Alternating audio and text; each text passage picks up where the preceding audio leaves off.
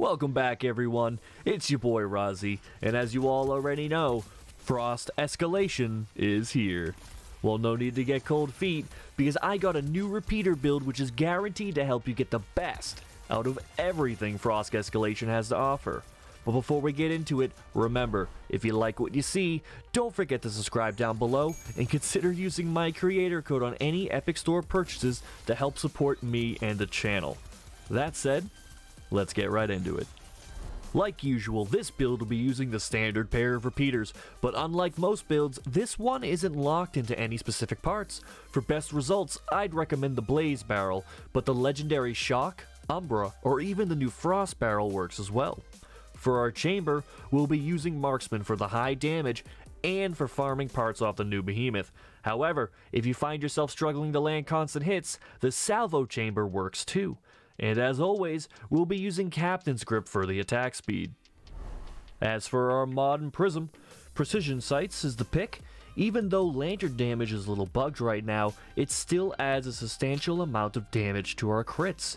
However, similar to our Marksman chamber, Tactician's Magazine is playable as well if you're using the Pangar or Drask Lantern, or prefer something a bit more reliable. As for the Prism, Stoneheart is our pick, and the most important part of our build, providing us with shields anytime we deal damage. Moving on to the armor, we're using an assortment of gear from different behemoths to get us the perks that we need.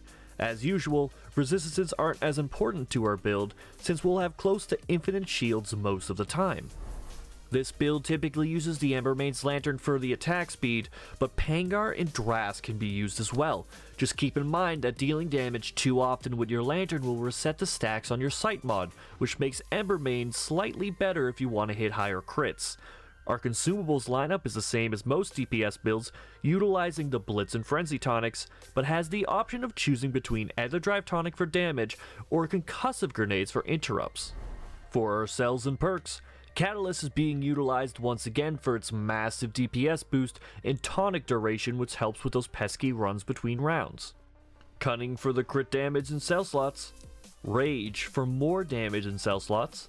Tenacious, which is actually the perk our build is built around, using our shields to gain 100% crit rate while also making us pretty much invincible.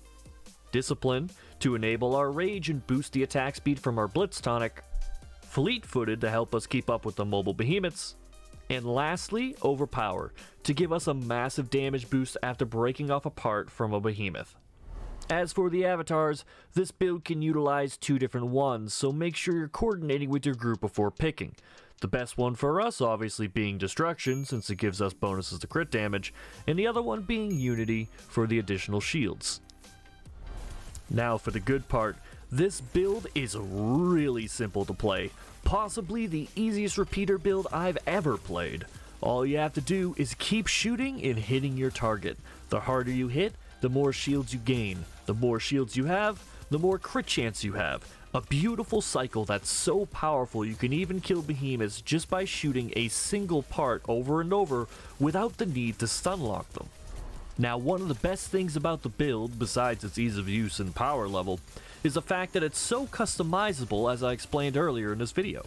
Numerous barrels, chambers, mods, and lanterns can be used to really get a personalized experience that you enjoy. Lastly, amps this time around aren't as important. Most of the time you're going to get useless amps that do nothing, or see the same defensive amps over and over again. Aim for anything that says damage in the text, and if that isn't an option, grab amps that give you max health or shields so that you can gain at least a little damage from your Tenacious cell. I've gone ahead and added a few variations of the build into the description of this video.